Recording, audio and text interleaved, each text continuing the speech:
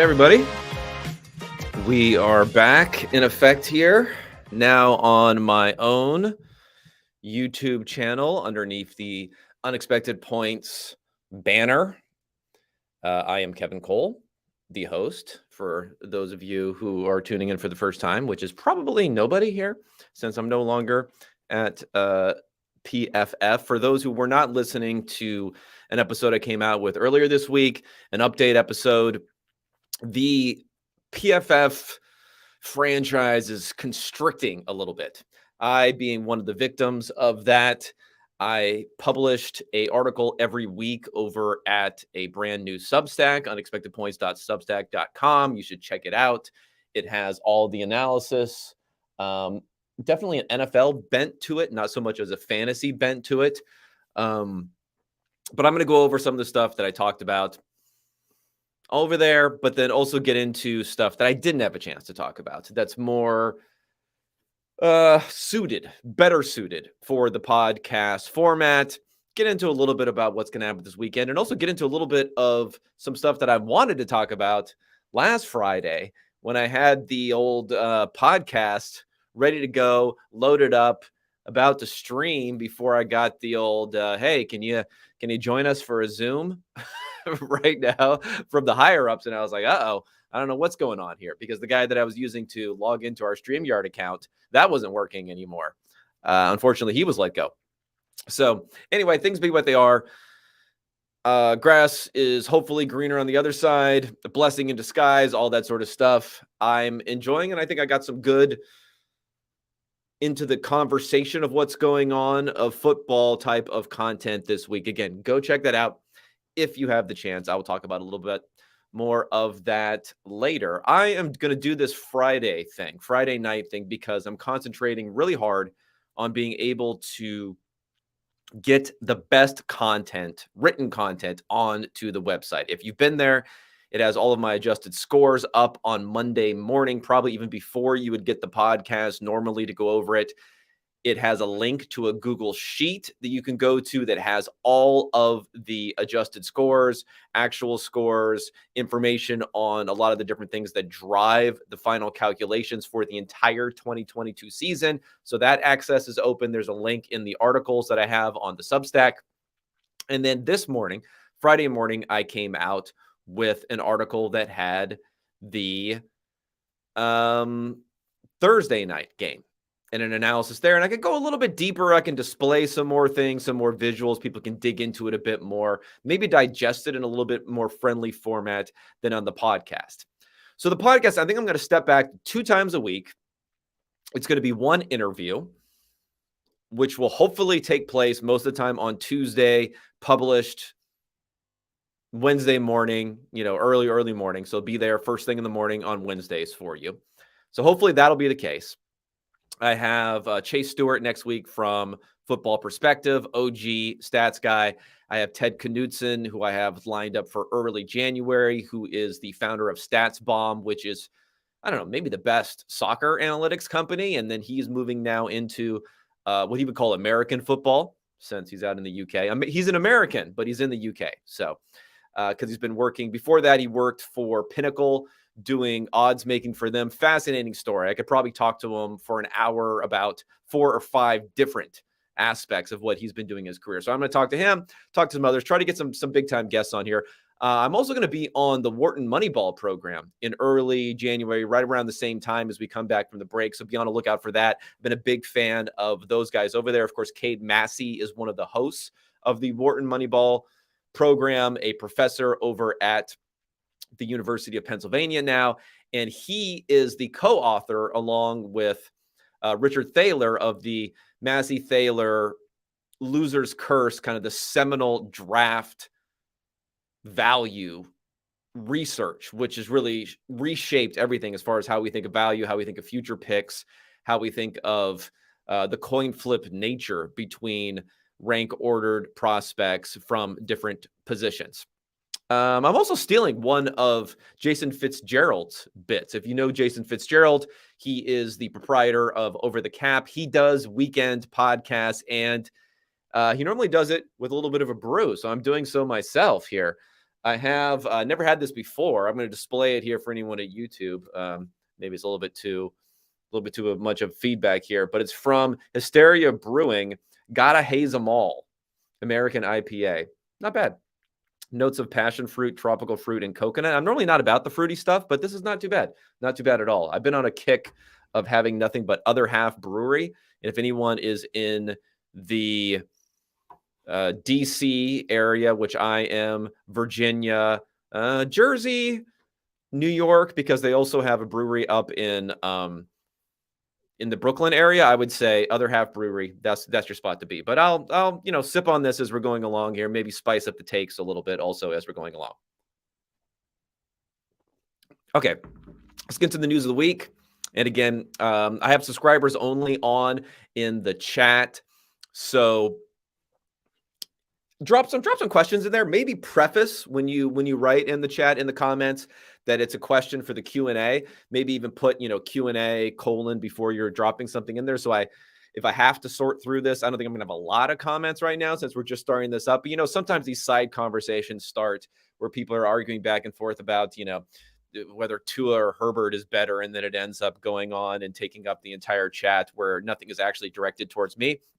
So just help me out in that direction if you can, as I'm kind of figuring out what I'm doing here as we go along.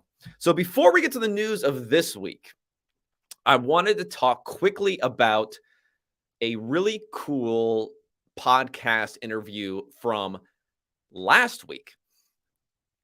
This is an interview that I was going to talk about on last Friday's pod, but again, was preempted as I was let go. They're going to use the OpenAI chatbot instead of me at PFF. I don't blame them for doing so. But it was an interview with Patrick Mahomes. He's being interviewed by the Kelsey brothers. They have their podcast. I should probably have the name of the podcast here. Let me see. Kelsey Bros podcast. Oh, here we go. Should have known this. Oh, New Heights. The New Heights podcast, the Kelsey Bros. I like Travis Kelce as a fantastic player. Let's slow down about greatest tight end ever talk a little bit there. I especially like Jason Kelce though. He seems like a very smart dude. The type of dude I want to get him to follow me on Twitter. I think he doesn't follow anyone on Twitter, or like 4 people or something. But that's my mission, to get Jason Kelce to follow me. I feel like offensive linemen are maybe some of the best people to be into statistical analysis for some reason. And how they work. I think they have to grind a little bit better in technique and study a little bit better than some other positions. But anyway, they had Mahomes on there. Awesome interview. Mahomes and Kelce are obviously, they have a bromance, which they talk about as part of the interview. They talk about a lot of different things. The one clip, and I'm going to play here first, the one video clip that got the most hype is the clip about Mahomes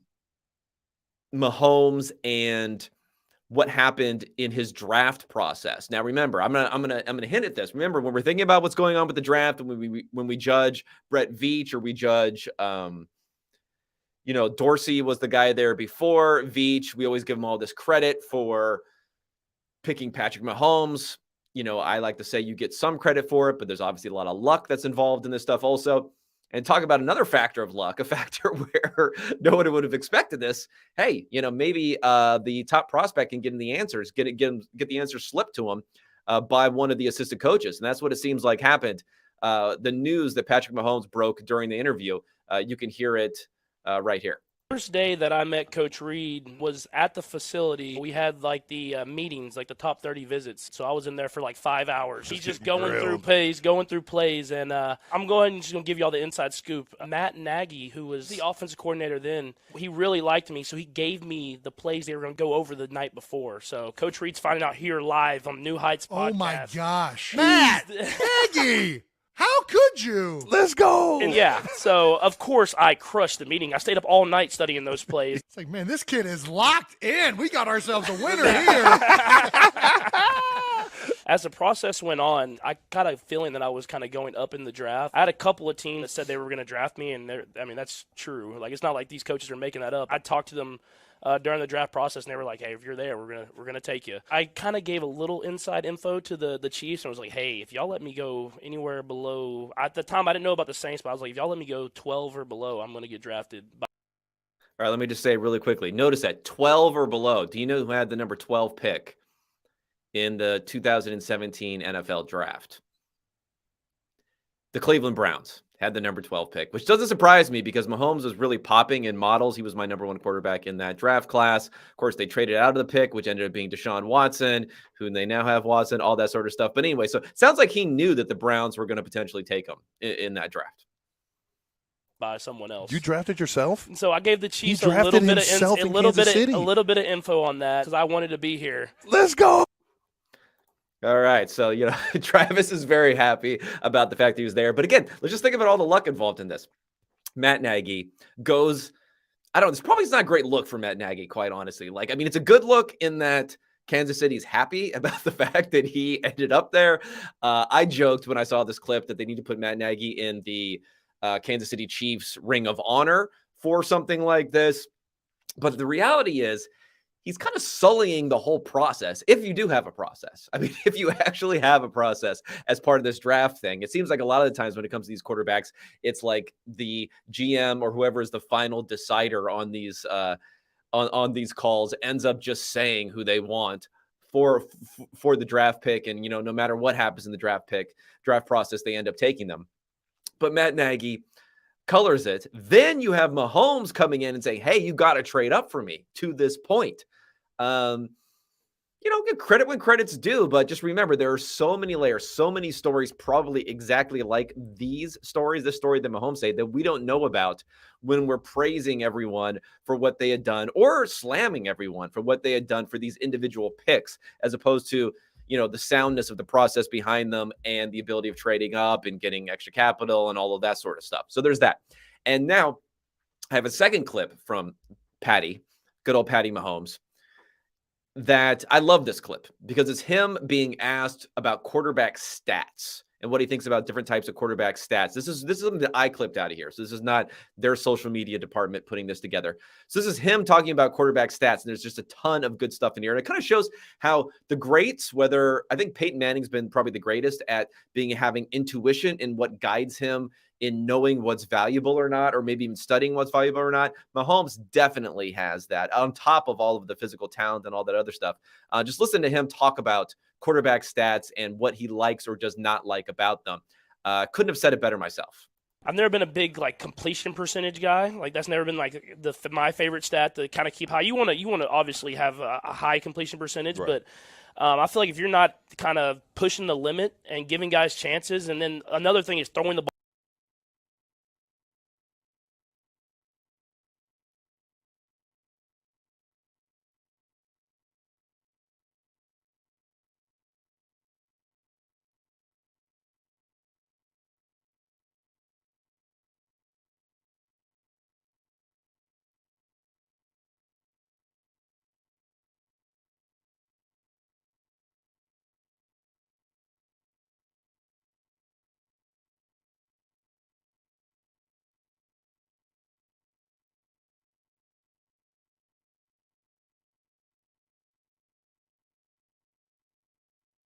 You know, not really. When you're talking about these different things, I just realized I had my mic muted for a second there. But anyway, CPOE under attack here from Patrick Mahomes. Ball away and not taking sacks, I feel like you're hurting your team. And so I've never been a big completion percentage guy. I'm someone that likes to push it, and I want it to be high, and I want it to be like having success, but I want to make sure that our guys are having chances to go out there and make plays. Okay, so coming after CPOE here, I love it. Absolutely love it. And I've heard some people try to parse the fact that CPOE was different than completion percentage. So therefore he's not really knocking on CPOE. Well, they're pretty highly correlated. They're extremely highly correlated. And he's talking about throwing it in certain circumstances, especially if you're not accounting for where defenders are, things like that, of just trying to let your guys make a play. And then he also talks about just throwing the ball away rather than taking a sack. And throwing the ball away doesn't mean just throwing the ball out of bounds, which may be taken out of some sort of CPOE calculations, but it could just mean dirting the ball in the backfield or 2 yards down the field near a defender.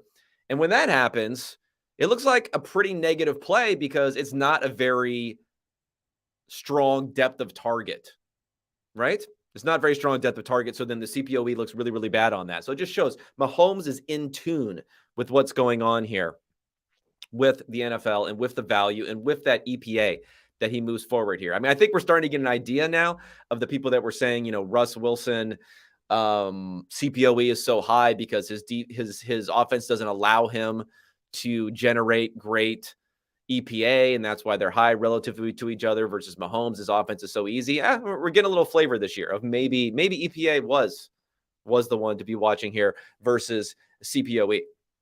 All right, let's talk about what else happened this week. And again, I'll say to everyone here, I'm going to be taking some questions. I may sprinkle in some answers to questions on YouTube. If you're in the chat, just mark something here with Q&A so I know what you're talking about when I go to answer them. But let's talk about the big news of the week. So I wrote articles about a lot of the stuff here. We saw what happened Thursday night. Last night, I wrote an article about Baker Mayfield coming to the Rams here, how Sean McVay had turned around 2 really former number 1 picks when we talk about Jared Goff and we talk about what he did with Matthew Stafford. Stafford had some fringe top 5 types of efficiency seasons before, but not until last season. The one real question, though, is what Baker's going to be able to do this year. And last night he had about flat EPA, which is not bad considering, going coast to coast, highly derivative off of a couple of long plays, including a DPI down the field, but still not bad going coast to coast. And they really don't have much pass blocking this year. That was part of one of the big problems. And it's funny, Ben Baldwin, I'm mentioning him again, he has to get like 2 mentions or 3 mentions per pod. He has been charting Rams pass blocking PFF grade versus efficiency throughout the years. And you find out that not only was Jared Goff highly susceptible, highly dependent on pass blocking grading, but so has Matthew Stafford. And for that reason, they're probably not going to get it turned around in the season for Baker. So the thing for Baker will be next season, maybe coming back on a prove it deal. We'll see what happens with Matthew Stafford, who's going to turn 35 in February. And he's kind of an old 35 because he's been playing since a very young age. He's entering his 15th NFL season. He is 12th all time in pass attempts, not too far behind Aaron Rodgers right now. So he's had a long career where he took a lot of injuries also earlier in his career. So we'll see what happens with Matthew Stafford, but that's really going to be the path for Baker going forward in that regard. The other article that got probably the most pickup, this one got the most pickup of the week, is the Jimmy Garoppolo article that I wrote. I had to finally get my definitive Jimmy Truther take out there with basically every analyst, especially every film type of analyst. I wish I loved anyone as much as film analysts love any 49ers quarterback not named Jimmy Garoppolo. Like the Trey Lance articles, they were loving him. We'll see what happens to Trey Lance. I don't think his probability of success is very high, quite honestly, right now. And now Brock Purdy. Everyone thinks that he has a chance. And not a Dumb and Dumber, so you're saying there's a chance, like a 1 in a million chance, but we're talking about they think he has a decent chance. And, they're going to make the playoffs probably with him, no matter what. So I get that. They have a very, very strong defense, probably the best defense in the NFL or close to it, according to the different numbers and power ratings and strength that I've looked at through there. So I get it. And though I had to dispel some notions of what people had to say as part of this article. Part of the argument that I had heard quite a few times was that other performances in the past by guys like Mullins or CJ Beathard weren't that good because they did not have Deebo Samuel in particular, because Deebo was out for a lot of those seasons. In 2020, they did not have Nick Bosa. There was a joke about like the record, the win-loss record for the 49ers with Nick Bosa is similarly skewed as it is with Jimmy Garoppolo. So as if to kind of mock a little bit the Jimmy Garoppolo record conversation. And yeah, I don't think Jimmy Garoppolo is as good as the record. I mean, very famously, I looked up the numbers here. When he's taken the majority of quarterback snaps, the 49ers are 43-18 versus 8-30 without him since 2017. Yeah, he doesn't turn a 20% win team into a 60% win team. Or 70% win team. I get that all by himself. But he's definitely a lot more influential than Nick Bosa. And another underlying point is, in the 2020 season, the 49ers defense was still a fringe top 10 defense, even without Nick Bosa.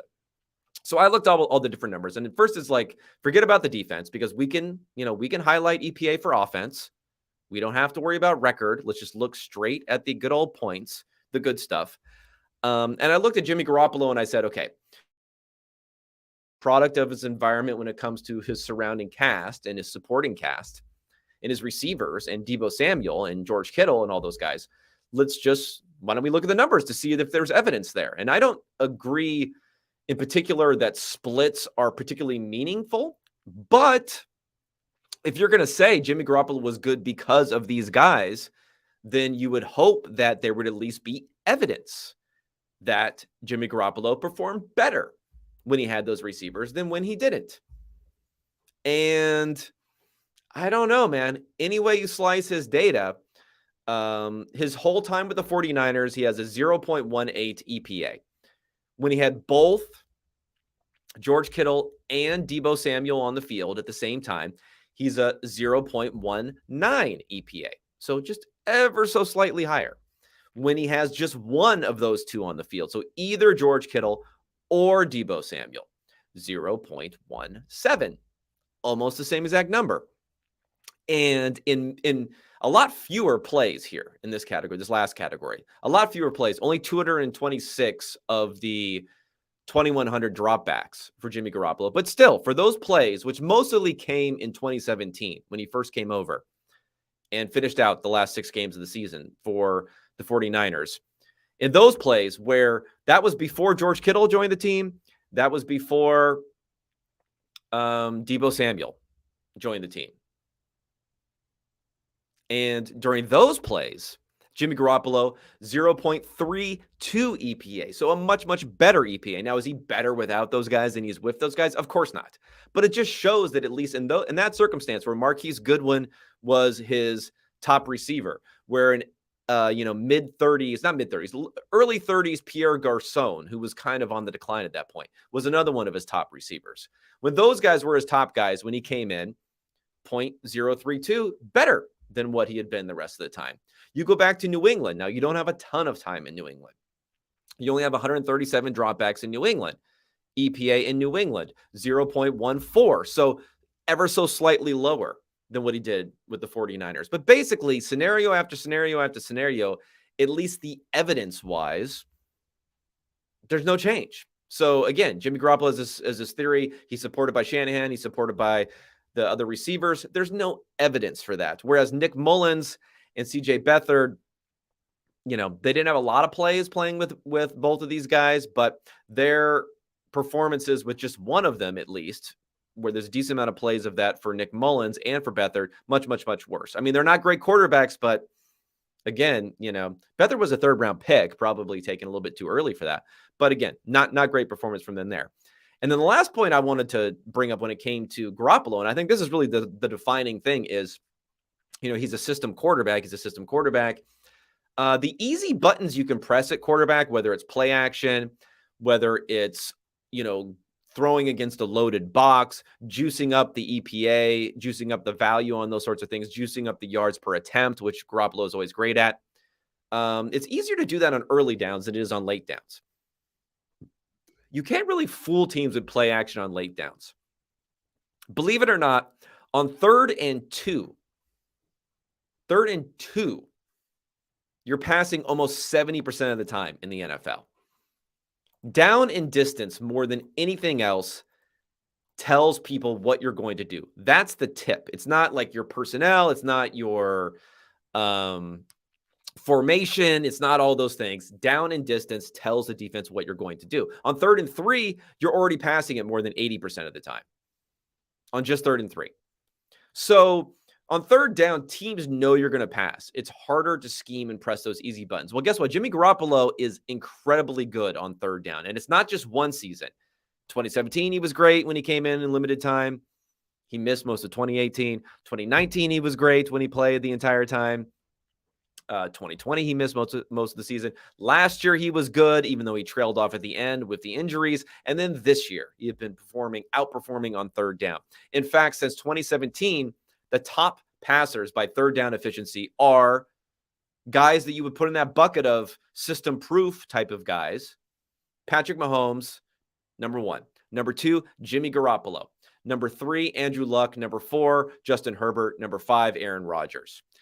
And in particular, you could say, well, Shanahan's just really, really great at scheming those third down plays. That's what's happening.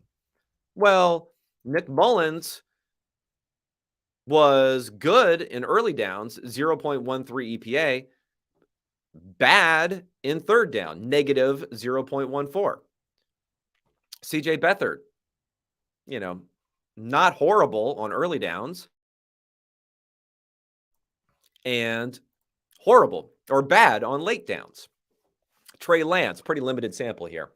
Okay on early downs, negative EPA on late downs. So whereas Jimmy, 0.15 on early downs, EPA, 0.24, a higher number on third down in 615 third down reps too. So a pretty significant amount we're talking about, more than a whole season's worth of what would be a normal season for people. And when you look at other quote unquote system quarterbacks, Drew Brees, who was kind of aging during that period, he was first since 2017 in early down efficiency. He's dropped all the way to 21st out of 55 quarterbacks who qualified of having at least enough dropbacks there. I think it's how many dropbacks? At least 200 dropbacks I cut it off at.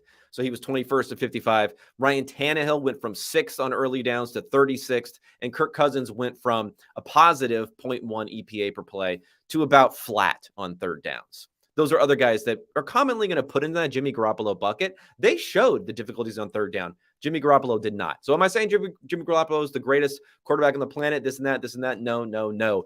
But people who just like to say that there's not going to be a big drop-off because of X, Y, and Z, at least have some evidence for that. That's all I ask. All right. Before we get into the Q&A stuff, last topic I want to talk about here is Jon Robinson being let go by the Tennessee Titans. A surprising move. I agree with most people there. Winning season every year since he's been there, turning things around from I think it was a 3-13 season before he started there. They're number 1 in the division. They look like they're going to win the division. Last year, they were the number 1 seed in the playoffs. You can't really analyze this, and this is why I did not write about it, because what's going on in the building, and you see this quite often from these different teams where you think these are billion-dollar organizations, so therefore they're going to be run in some sort of systematic way, board of directors, quality control, decision-making by consensus.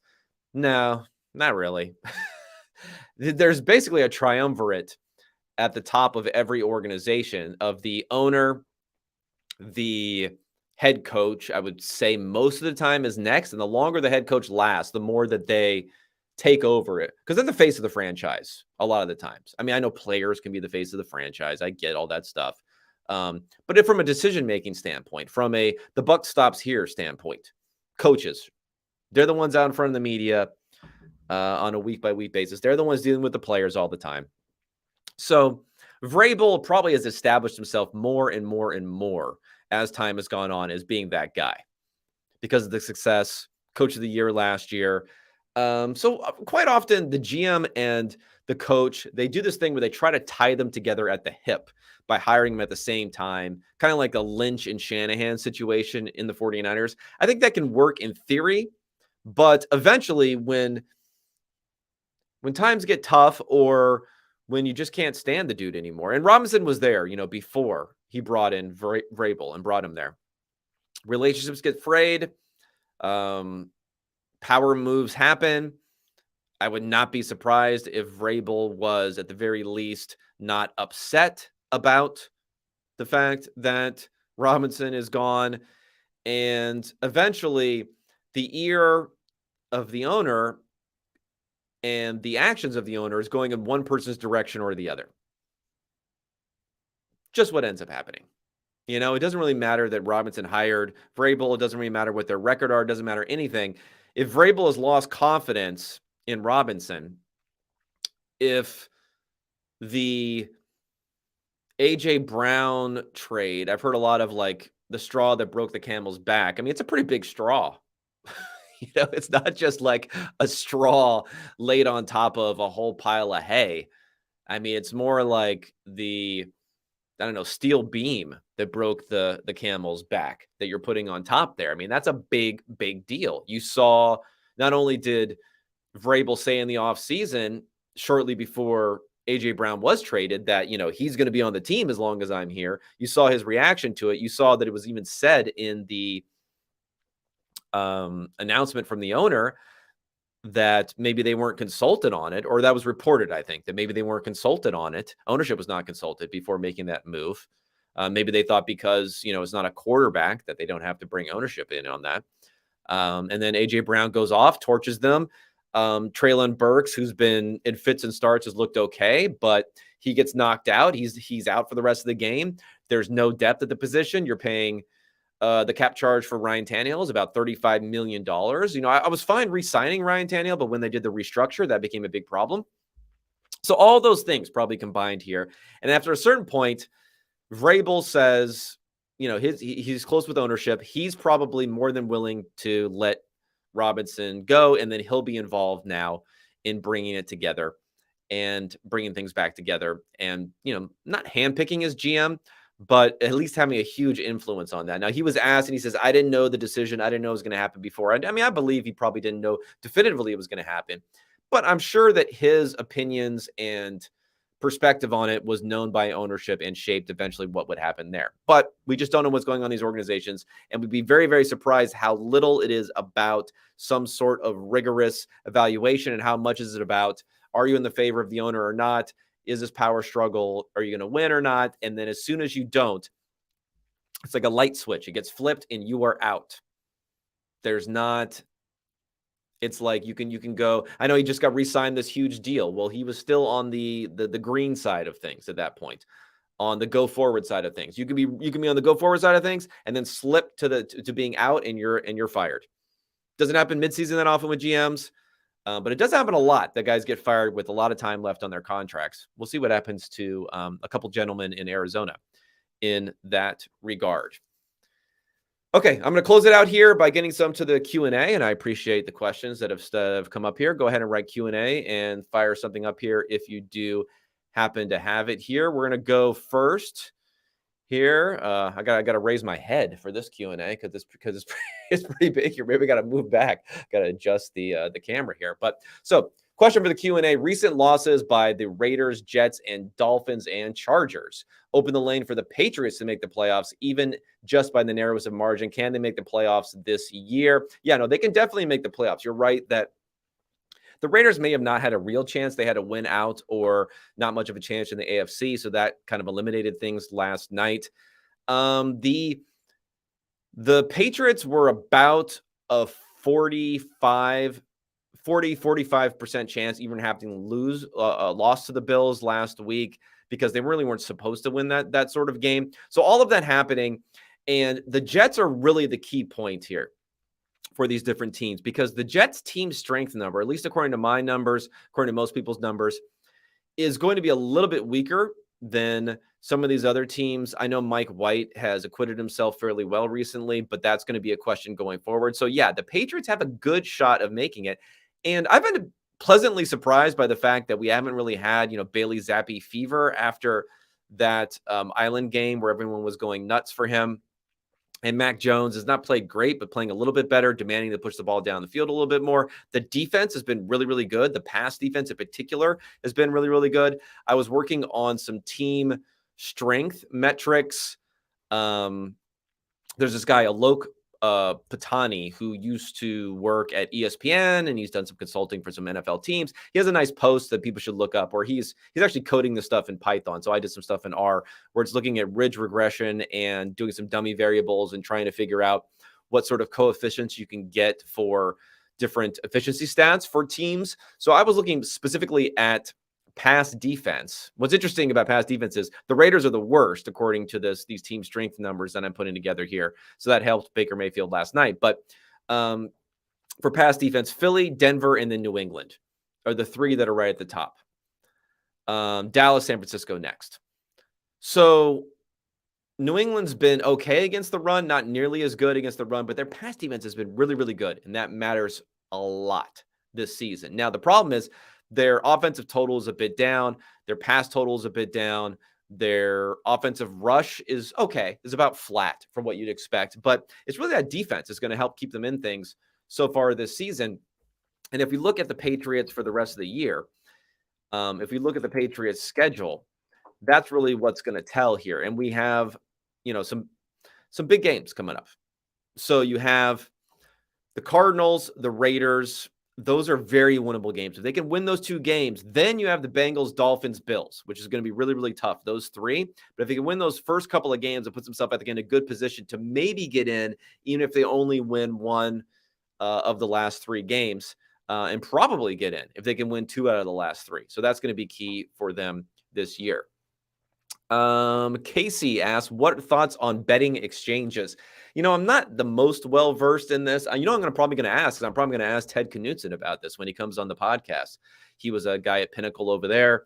There's some interesting contests that have been put out, or that they haven't been replicated. I don't know if any of you saw when DraftKings had I don't know what the name of it was, but it was a sports betting contest where you started with X amount and then you tried to build up a bankroll through different games. And there was a controversy, and friend of the pod, Rufus Peabody, ended up getting third where he could have got higher. So I think there's a lot of different ideas for what people can do here.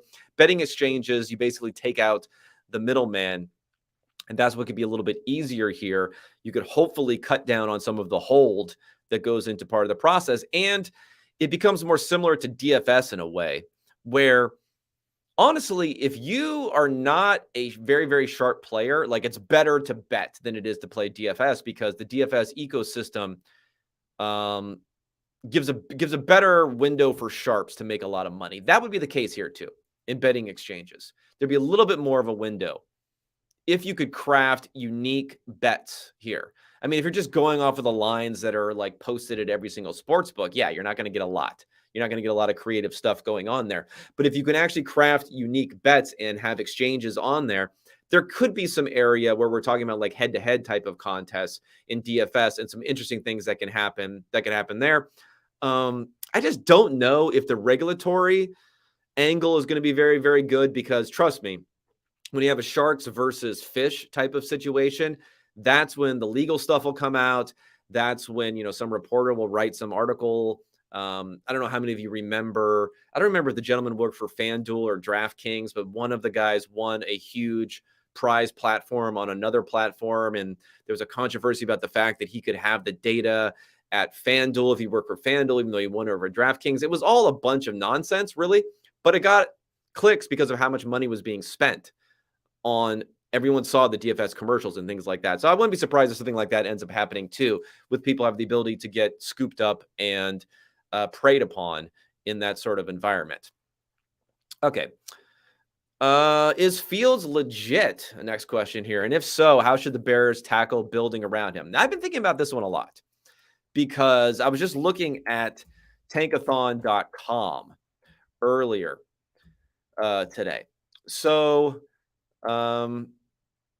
actually, for YouTubers here, I'm going to go ahead and maybe bring that up on the screen here.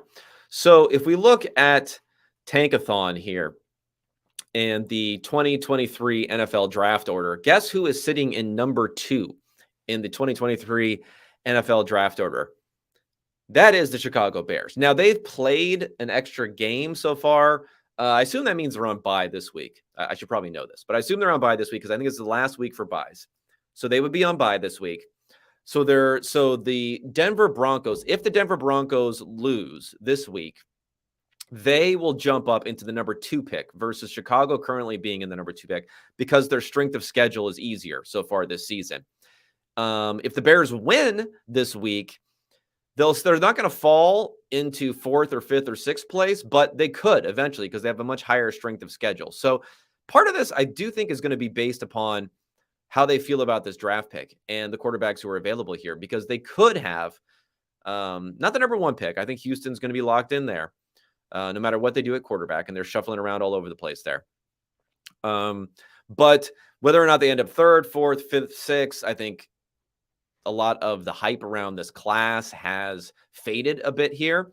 So, we'll see, because it seemed like, and I've heard, whispers, secondhand, thirdhand whispers that Ryan Poles was not too high on Justin Fields as a prospect. And maybe, again, a lot of this is speculation here. So I don't, maybe I shouldn't even be saying this, but I'm going to say it anyway. And maybe his reluctance to build around Fields in the offseason was based partially, at least, on the fact that, do I have enough caveats here? Partially, at least, on the fact that he didn't believe in him necessarily. Well, things have kind of changed, right? I don't know. Can Chicago move and draft another quarterback right now? I probably would. Would Chicago do that? Maybe not. I don't know. I just feel like these 60-yard Fields runs that we're seeing, and he's already had some injury problems, we're just probably not going to see them continue on forever here. So I would say that it's questionable on whether or not he's legit. He's gone from very, very likely not being legit to maybe having some hope of being legit this season. But I would still say, let's bring in some competition. And,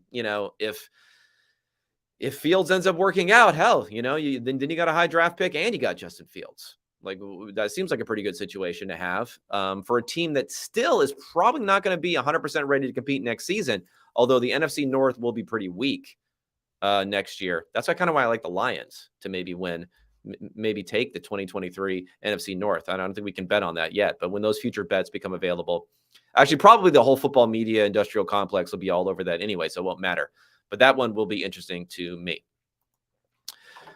Okay, let's go next here. Is there any value on always being aggressive on fourth down decisions? Most coaches just seem to be really unnecessarily conservative, and it can really cost them wins. And then the clarification here, win probability. Yeah. This was advocated for by Josh Hermsmeyer on what was the most popular episode, I think, in the history of Unexpected Points, which was our blasphemous takes in the offseason. My take was that coaches should always just do what the win probability model says and only have a certain number of vetoes they can use during an entire season. His take on top of that was, you know what? These guys should just always be aggressive all the time. Build that into your DNA. So I do think there's some value on that. You can get some extra value above what the model says because timeout risk is taken down, or blowing or nailing timeouts is taken down. Number two, the defense, like the offense, is not necessarily as prepared. The defensive play caller is not as prepared on fourth downs because they're not sure what's going to happen. The defense itself is having a almost sigh of relief when you get a third down stop, not necessarily knowing what to do. All of those things can maybe even get you a timeout on the other side. So I do think always being aggressive works a lot better. We saw like that. That's why I'm also an advocate of just not spiking and always just running a plan. We saw that pay off for the Jaguars a couple of weeks back.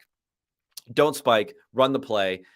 Your need for preparation, guess what? If you're already ready to go, even though you think you may need some preparation, they may even need more preparation on the defensive side. And it's all about your relative advantage, not it being an ideal circumstance for you. Because if you're trying to get to an ideal circumstance for you, you also may be giving enough time for the opponent to get into an ideal circumstance. It's all about relative advantage. Okay. And I'm going to close this out, I think, with the last question here from Casey Halpern. Q&A. Which vet QB should the New York Jets go after in the offseason? Yeah, this is almost becoming a assumed thing that's going to happen. Mike White looks okay, but can you really, with this defense the way it's playing, although it probably won't maintain itself next season, can you really maintain this with this defense and not go after a vet? Probably not. I would say ideally they would have been able to get Jimmy Garoppolo. That would have been the idea. They have Mike LaFleur, who was in San Francisco. They have that type of system. I'm a Jimmy Truther, so I think he's at least an average quarterback, if not better. You had him in this team, this offense. Shanahan has even been opening things up a little bit for Jimmy this year. There's an article by Ben Solak over at The Ringer where he actually links to my Jimmy article. So, I have to like any article that links to my article, even if the text for that part is not great because it makes it seem like Nick Mullins was better with both Kittle and Deebo Samuel on the field, according to my numbers, which is technically true, but it was for 8 snaps. So, that's like a Warren Sharp style sample size there. So, but he mentions in that article that Jimmy was, according to his film analysis, and I'll trust him that it's true because Lord knows I'm not digging into the all 22 when it comes to this different stuff. That they're opening things up and giving a little bit more responsibility to Jimmy this year. So it's good. Like he could get some of the easy stuff. There's a ton of talent there. There's guys who could probably run after the catch fairly well, like Garrett Wilson and Elijah Moore. And he can also convert on third downs, which ends up being key there. So he would have been the guy. Now, San Francisco looked like they were leaning towards bringing him back when the offense was looking really, really good for the last few weeks, when the team was looking really, really good, when they're kind of going all in. All in is a little bit of a misnomer since teams seem to go all in multiple times. There's only so many times you can go all in with additional draft picks. So with the Christian McCaffrey trade. So I don't know if they're going to bring him back or not, because I do think one of the huge concerns for San Francisco was Jimmy Garoppolo's injuries. The fact that when he did go down, the team fell apart, and basically 2 wasted seasons from Jimmy Garoppolo injuries in the past. And now a third injury here, maybe that'll be enough of a motivation for them to say, we're not going to bring him back. And he's not under contract, and he can't be franchise tagged, Jimmy Garoppolo.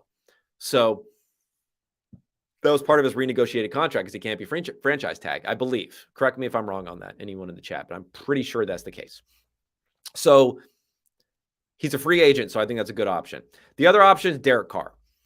I don't know if Derek Carr is going to be let go. I don't know if they're going to want to roll with him again because I don't think he's a bad player. But, geez, last night, Raiders, early down pass rate, 34%, I think, 35%. 40% pass rate for the entire game.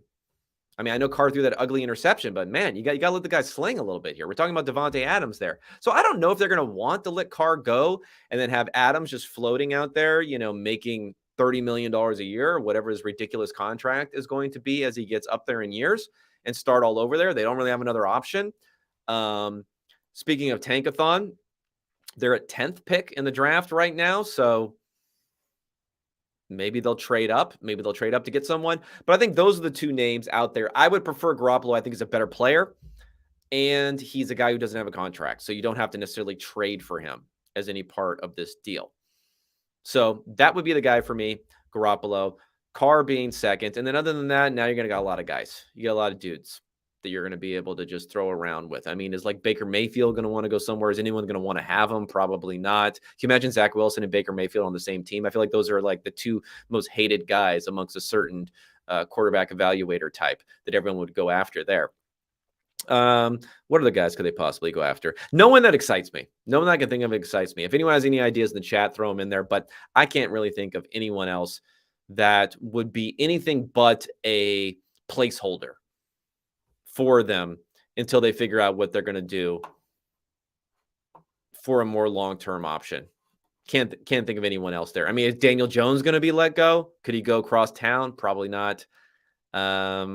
Jacoby Brissett. Nah, I just don't like Jacoby Brissett. I know he looked fine this year, but he's had his chance. He had his chance in 2019, other places. We'll see. I see Daniel Jones came in the chat. Yeah, I mentioned Daniel Jones. I don't know if the Giants make the playoffs. They probably can't get rid of him. He doesn't have his 5th-year option, though. So he's technically going to have to be a franchise tag or free agent. But again, I'm not excited about that. I'd be much more excited. I'd be most excited about Jimmy Garoppolo. Short term, you try to win while you have the offense around him. If it doesn't work out, a couple of years, he's already aged out anyway. Jones is a much younger guy, and it'd be a kind of a weird situation for what you're going to have to do there. So maybe they can get Garoppolo, maybe they can't, but at least that will be a possibility for them. And maybe a good situation for Jimmy, honestly. Come to New York. He probably likes California, though. But come to New York, not have Trey Lance over your shoulder. A good young team with a lot of talent there. Have a chance to prove yourself outside of Shanahan. Of course, then they'll say Mike LaFleur is the next, genius and discount what he does. But that's where I would go for the Jets. All right, everybody. I hope this was successful for any of you guys tuning in. Please go ahead, subscribe to my Substack, unexpectedpoints.substack.com. I moved the podcast over there too. If you want to drop any comments in the podcast episodes, go ahead and do that. I'm trying to like encourage a good comment community over there, responding to everyone on the articles. So if you drop anything in there, I will see it. I will respond if necessary and if prudent, and just pretty much most of the time. Just don't be a dick. You know, that's all I got to say about life. But until then, I am going to come with an episode next week. I'm going to talk to Chase Stewart. You'll find that on Wednesday morning in your podcast app. And then I'll be back here again to probably do the same thing again next Friday. But until then, everyone, thank you so much for your support. You know, praying hands emoji. Thank you for support. And I'll be talking at you all then. Thanks, guys.